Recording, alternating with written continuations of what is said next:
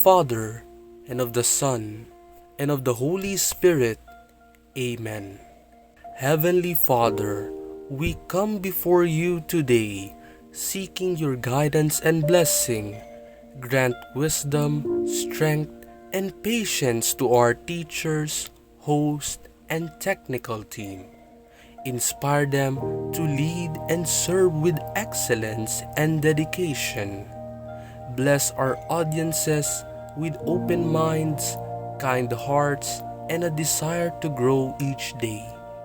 May everything we do through CSBN Portal be done with unity and for the glory of God. Keep us faithful, humble, and joyful in our work. In Jesus' name we pray. Amen. In the name of the Father, and of the Son, and of the Holy Spirit. Amen. The grace, love, mercy, and peace of Christ Jesus be with you and all your loved ones. So welcome again to another episode of the CSBN Portal. And this is now the segment entitled Let God's Word Guide Us, where we give a verse each week and try to elaborate or share some insights that can help us deepen our faith and understanding of God's Word. So for today, we have chosen a passage from the Old Testament, specifically the book of Sirach, chapter 15, verse 17. Life and death are set before man. Whichever a man prefers will be given him. So, this is a very beautiful passage. And let me just share a little so that we can appreciate it more. No? So, we are creatures of God. We are children of a loving Father and Creator. And as creatures made in His image and likeness, there are four faculties actually that God has given us. Four faculties. Or you may want to call it a powers or energies, no? So we have, of course, the power of the intellect, our intellectual faculty, our ability to think, to remember, to memorize, to imagine. We were also given the power to feel. That's our affective faculty. We experience joy, we experience being angry, or being anxious, or being grateful, falling in love, being in love. So, our emotional faculties. And then, we were also given physical faculties, our sensory faculties, like we are able to see, we are able to touch, we are able to smell, we are able to hear, no? Then we are able to taste food, for example, no? So, intellectual, affective, and then sensory faculties or physical faculties. Plus, there is another faculty, the faculty of volition. That is our power to choose based on the freedom that God has given us as His creatures made in His image and likeness. Our God is a free God. No? He operates not because someone is controlling Him. It is out of His free will, freedom. And because we are created in His image, He also has given us the power to choose. And in this particular verse from the book of Sirach, chapter 15, verse 17, we are reminded that God has given us the power to choose life or death. So, whichever we prefer will be given to us. So, life and death, the choice is ours. God is offering us life. In fact, He has given us the first gift, the fundamental gift that we all share is we are living. He gave us life. However, as we live, the next gift is already offered to us. Live as His child, and He will assure us of the second gift, that is eternal life. Life in union with Him forever. But because He has given us the faculty of volition, we can choose to accept His gift or to reject Him. We can choose the path that leads towards death. Or we can choose to live the path that leads towards life. So of course, your common sense will tell you, your ability to reason will tell you, your intellectual faculty will tell you and will convince you that if you study the choice, the right choice, the good choice, the more reasonable choice is to choose the path of life. Because that path will lead to return to God and eternal life with Him. However, the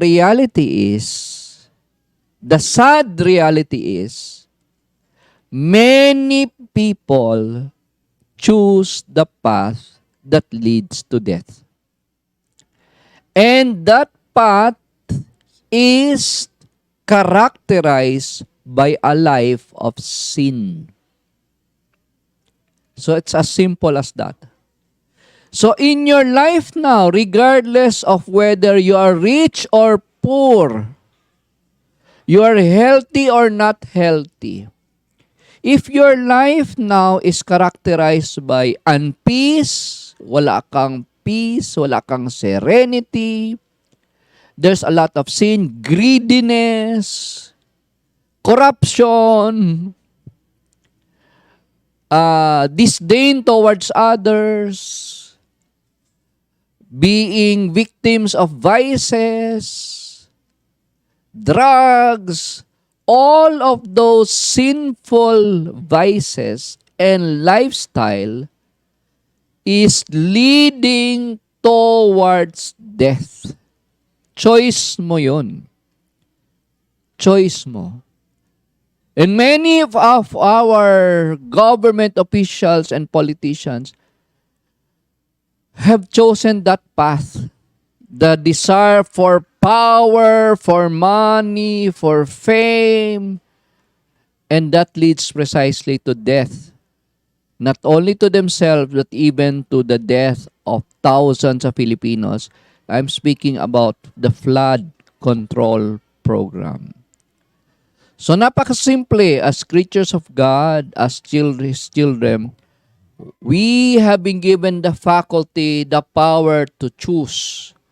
And this verse tells us there are basically two choices that God has given. What do you want? Life or death? The choice is yours. So as a rational animal, as His child made in His image and likeness, fundamentally, your human reason will just teach you that the best choice actually is to choose life. Because if you choose life, you choose the path that will lead to eternal life. Thank you so much for listening, and I hope you have learned something from this segment of the CSBN portal. Let God's Word guide us, and to all our manlalakbay sa Radio Maria Philippines, we are always here to bring Christ into your home.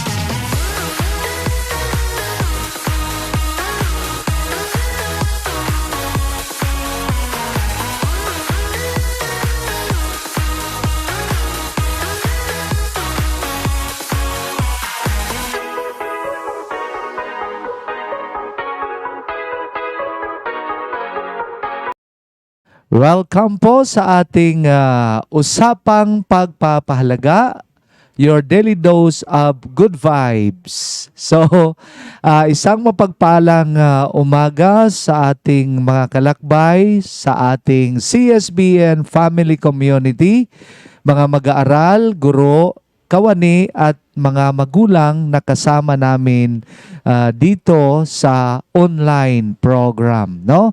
So this week, no, is a rare and meaningful convergence. Sabi pa nga natin, there are three important moments in our school and faith life. So siguro isa-isahin natin. Una, the JS Prom, no? This coming Friday. At a milestone of growth and responsible freedom para sa ating mga junior and senior high learners po, no? This coming Friday na. And sa susunod na week ay lalo na this coming February 17, ito naman ay Chinese New Year. Tapos ito yung cultural celebration of harmony, gratitude and hope sa ating mga kapatid na mga Chinese, no? At ang susunod niyan na day, which is February 18, yan na po yung tinatawag natin, observance po natin, yung Ash Wednesday. So, which is ushers us into Lent, a season, nag-start na yung season of Lent po natin, and reflection, renewal, and repentance, no? Kaya, to sum up, ito yung title, lagyan natin ng overarching theme, which is New Beginnings, Shining with Joy, Harmony, and Renewal. So, allow me to set our frame of today's usapang pagpapahalaga, no? With one guided question. Ang ating guided questions is, how can I choose what is right and life, no, giving in joyful celebrations, cultural traditions, and in moments of struggle? So, sa Tagalog, na nandiyan naman to sa screen nyo siguro po, no? Bababasa nyo, paano ko pipiliin ang tama at makabuluhan sa saya ng pagdiriwang, sa yaman ng kultura at sa gitna ng mga hamon, no? So now kindly write your comments dito sa ating comment section below, and we will try our best na to read your comments, no? Yung mga opinion, yung mga kasagutan nyo doon sa essential questions natin, no? So as we reflect together, may we invite you to bring your whole self, no?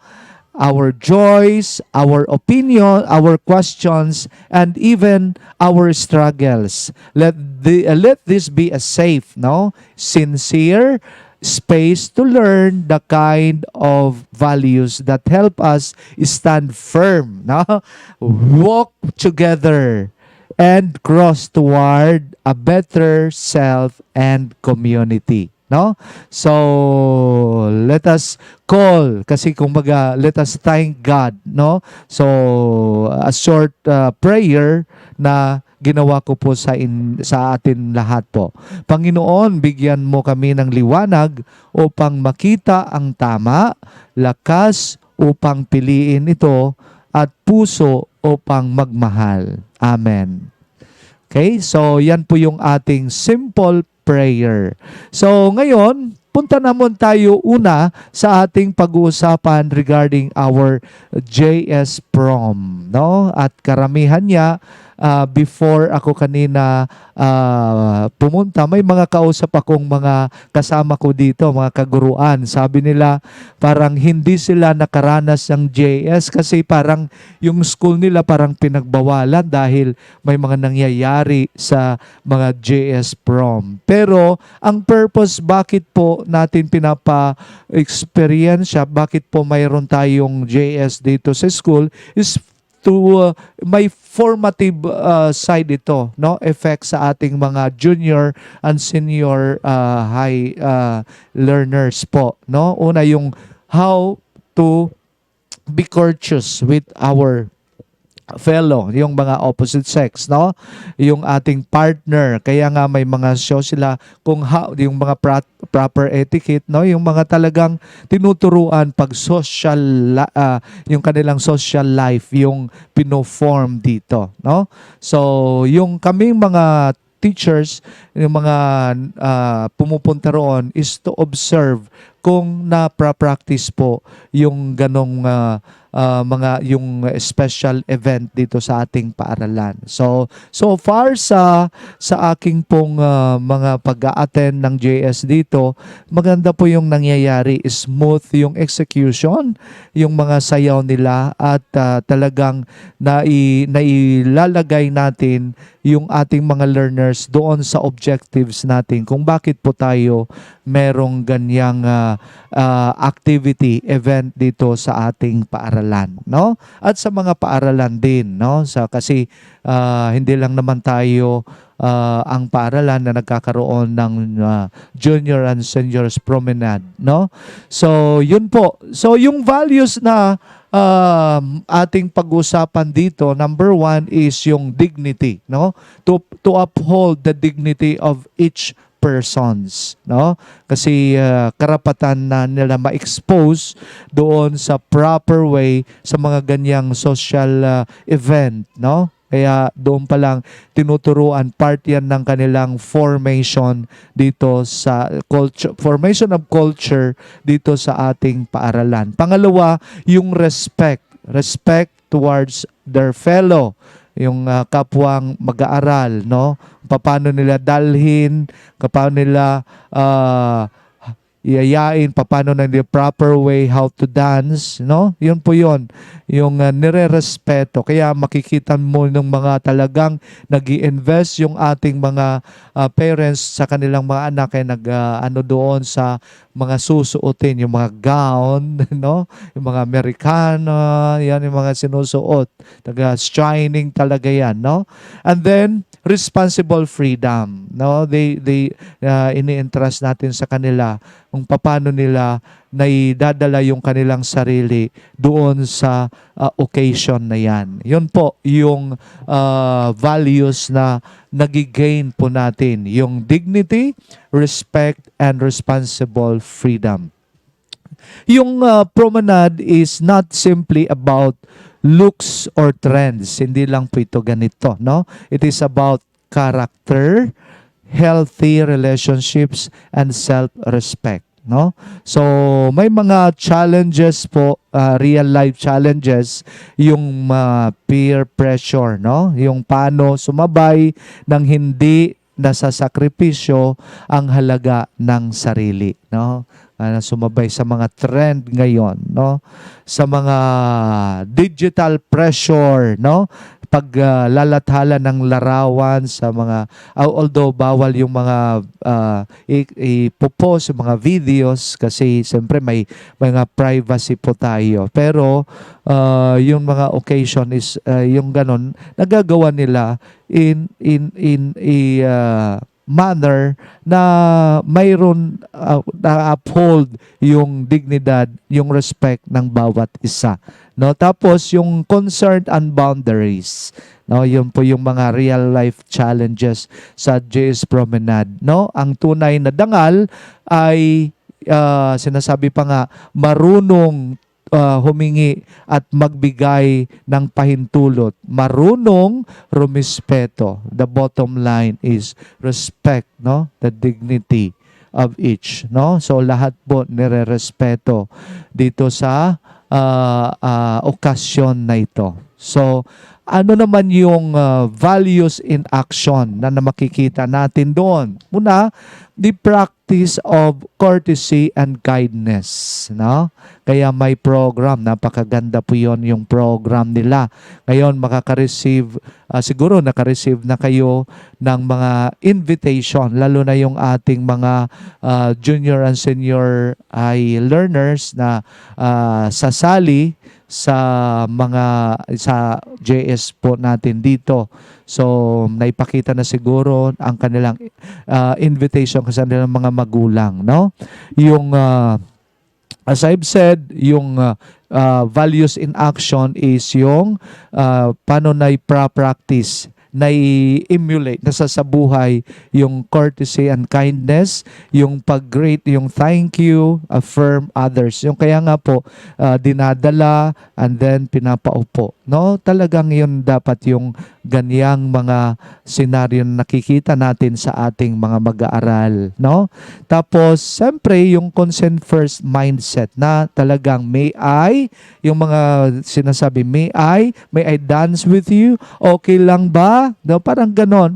Okay lang ba na isayaw kita? No, after ng kasi after ng kanilang mga presentation, tapos may mga na roon na talagang formal na. So during our time, yung mga cotillion, 'di ba? May nakaranas din ako ng ganyan, cotillion. Paano yung proper way how to bring yung partner mo. Tapos the proper way how to dance. 'Yon. Tinuturo naman din po 'yan, no? Kaya nga po, may mga personal revelation, no? Nung ako'y estudyante pa. Akala ko ang prom tungkol sa pagiging perfect, no? Ngunit sa mismong gabi, may kaklase akong nahihiya at naiilang sa sayaw. Kasi siyempre, first time, no? Lalo na kung junior ka pa, mga junior pa lang. So, lumapit ako, nagtanong akong may paggalang at inalok ko yung aking kamay kasi nanginginig pa yon. Siyempre sa sandaling iyon, nakita ko ng tunay na kinang ay hindi sa damit o musika, nasa paggalang pala at pagdamay sa kapwa. No, ganon. Yung talagang pag ginawa ka ng kamay, parang malamig kung hindi mo yung feeling. Pero doon ko natutunan sa mga ganong okasyon, ang pinakamagandang alaala ay ang paglikha ng kaligtasan at saya para sa iba. Kasi yun yung hindi mo makakalimutan. Babalik-balikan mo pa lang yun. Kaya ang prom ay paanyaya ng ningning sa kabutihan, no? Ang susunod na pagdiriwang ay paanyaya ng pagbubuklod ng kaunawaan. So natututo tayo sa mga lessons po na ganyan. Hindi lang purely activity, but naiiwan yung lesson. So I hope na nakapagbigay po ako ng konting kaalaman, lalo na yung mga values na yung purpose kung bakit tayo may ganong okasyon. Muli, marami pong salamat sa inyong lahat at bye-bye!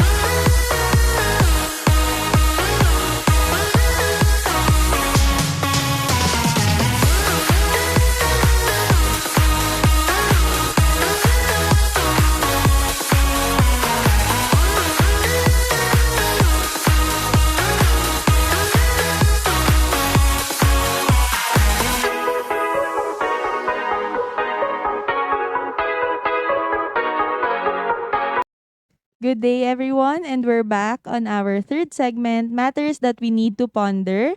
And today, our session is entitled Robots in Modern Learning. Are we ready for the future? And once again, we have again invited our key resource speaker, our expert in this field.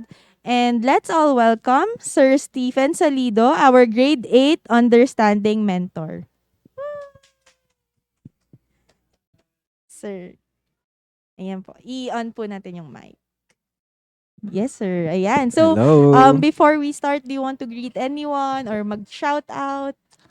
Shout out ko yung mga taga fourth floor.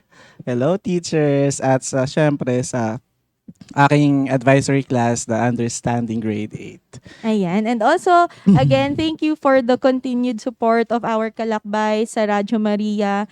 Maraming salamat po sa inyong patuloy na suporta sa amin. Okay, so sir, are we ready for our session today? Yes, Yes. ready na. Pinagandaan to. Opo, pinaghandaan nyo to, I'm sure. And you will be able to share your insights sa ating audience. Okay, so for our first question, sir. As a robotics teacher, how do you see robots changing the way students learn and think in today's classrooms? Medyo may malaking pagbabago para sa kanila kasi sometimes, ay yung old or yung traditional kasi ng learning methods ng mga students dati. Like parang nakikinig lang sila. Mm-mm. Pero ngayon sa robotics kasi more on hands-on kami.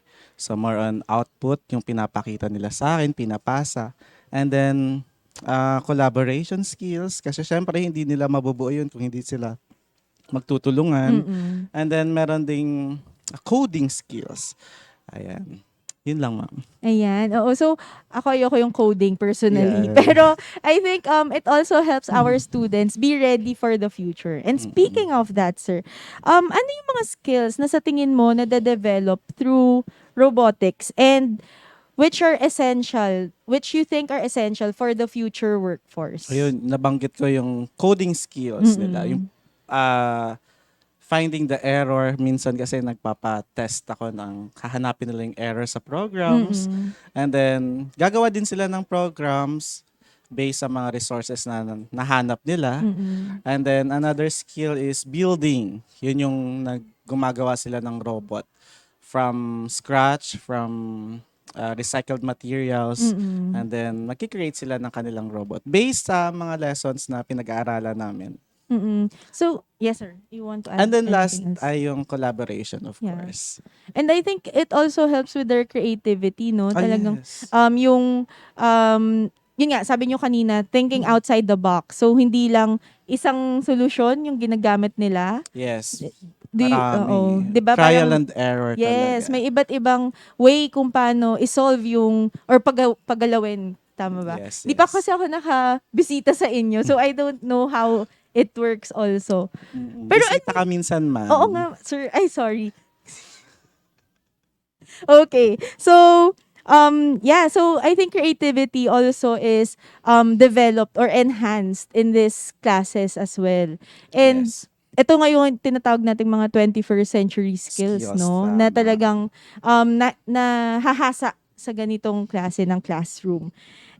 And going into our classrooms, parang digging deeper into this setups, do you think our schools, for example, yung Filipino classroom, are we ready for this kind of integration, yung robotics integration into learning? And if not, ano yung mga kailangan nating ihanda para maging ready na yung mga classrooms natin na ganito?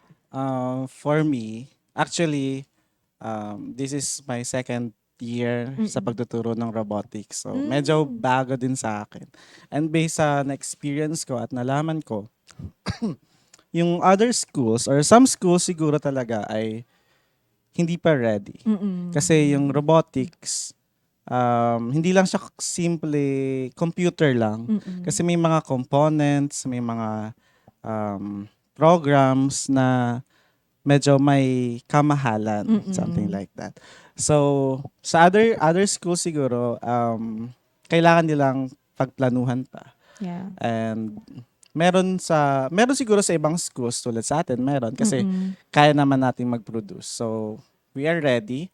Bukod dun sa mga components, siguro yung isa sa alang-alang ng mga schools na gustong magkaroon ng robotics ay training ng mga teachers din. Yes, that's correct. So, kailangan ng mag-funds. Ayan. So, I think some other schools ay hindi pa ready sa ganon kasi nga malaking budget yung kailangan nilang ilaan para doon. Yeah. So, para maging handa yung school, sir, you think that yung two important factors is yung logistics ng yung technical component or yung technical aspect of being ready, and as well yung training, yung learning development ng teachers, professional development ng teachers. Okay. So now we go on to our fact or myth. Ayan, familiar ka naman dito, sir. We are going to debunk statements and kung meron mang kayong gusto pang i-explain further, yan. So this is your chance. So for our first statement, only techie or genius students can enjoy robotics. Is it a fact or myth? Myth. Okay, it's a myth. Why, sir? Ang robotics naman ay para sa lahat. Kung mahina ka man sa ganito, kung hindi ka man marunong sa ganito, lahat na pag-aaralan. Step by step kasi siya. So, I think it's a myth. Kasi kahit sino, kayang matuto ng robotics. That's right. Okay, for our second statement, Sir Stephen, fact or myth, robotics helps students prepare for jobs that don't even exist yet. It's a fact. Yan. Kasi nga naman, ang robotics ay parang nag-experiment. So, kapag nag-experiment ka, may natutuklasan ka. So, sometimes, may mga invention doon na Yeah. papasok. May mga na-invent silang mga bagay o pumapasok sa isip nila na nakaka-create ng product Mm-mm. na which pwedeng possible na yun yung maging business. That's O, di ba? right. Actually, Something like maraming sir na parang organizations na nakakita na yung mga future jobs like programming, yan, Yes, dyan yes. magiging in-demand programming, data analysis. So I think coding will enter that it's an essential skill for those Yes. future jobs. And for our last statement, you're too young to start learning robotics. Is it a fact or a myth? A myth, syempre. Kasi last year nag-start tayo ng grade 2 Wow, that's ng so- robotics. Actually, nag-start siya ata sa grade 2. So, kahit sino, tulad ng sinabi ko nung una, kahit sino, bata ka man na matanda, pwede ka pa rin matuto ng robotics. That's right. And also this generation, digital learners tong mga to. Oh, Kaya actually, madali sa kanilang matuto ng pag robotics. sinabing computer, talagang excited silang matuto. That's right. Baka yung mga matatanda pa nga yung mahirapan. Tama, baka Ako nga. personally, ayan. So, any key takeaways, Sir Stephen, before we leave or end our session? Ano yung mga gusto mong maalala ng ating audience about learning robotics? Sa gustong i-pursue yung mga o yung pag-aaral ng robotics ay tuloy nyo lang. Ayan, ituloy nyo lang kasi kung saan kayo masaya, though magastos siya, and then kailangan ng effort at time and energy. So, i-pursue nyo lang and then mag-e-enjoy din naman kayo. Yun lamang po. Yes. Okay. Thank you, Sir Stephen, for being with us today and sharing your insights about this field of robotics. And please stay tuned for our announcement. Salamat po. Bye.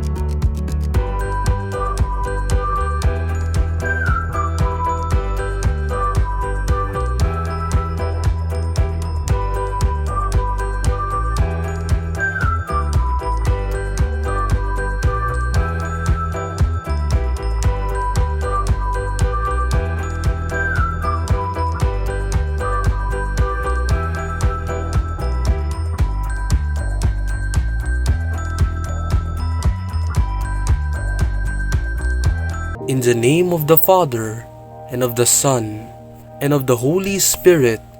Amen. Heavenly Father, thank you for guiding us throughout today's program. We are grateful for the lessons shared and the efforts of everyone involved. Help us apply what we have learned in today's CSBN Portal program.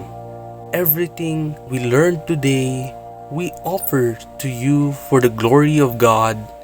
Amen. In the name of the Father, and of the Son, and of the Holy Spirit. Amen.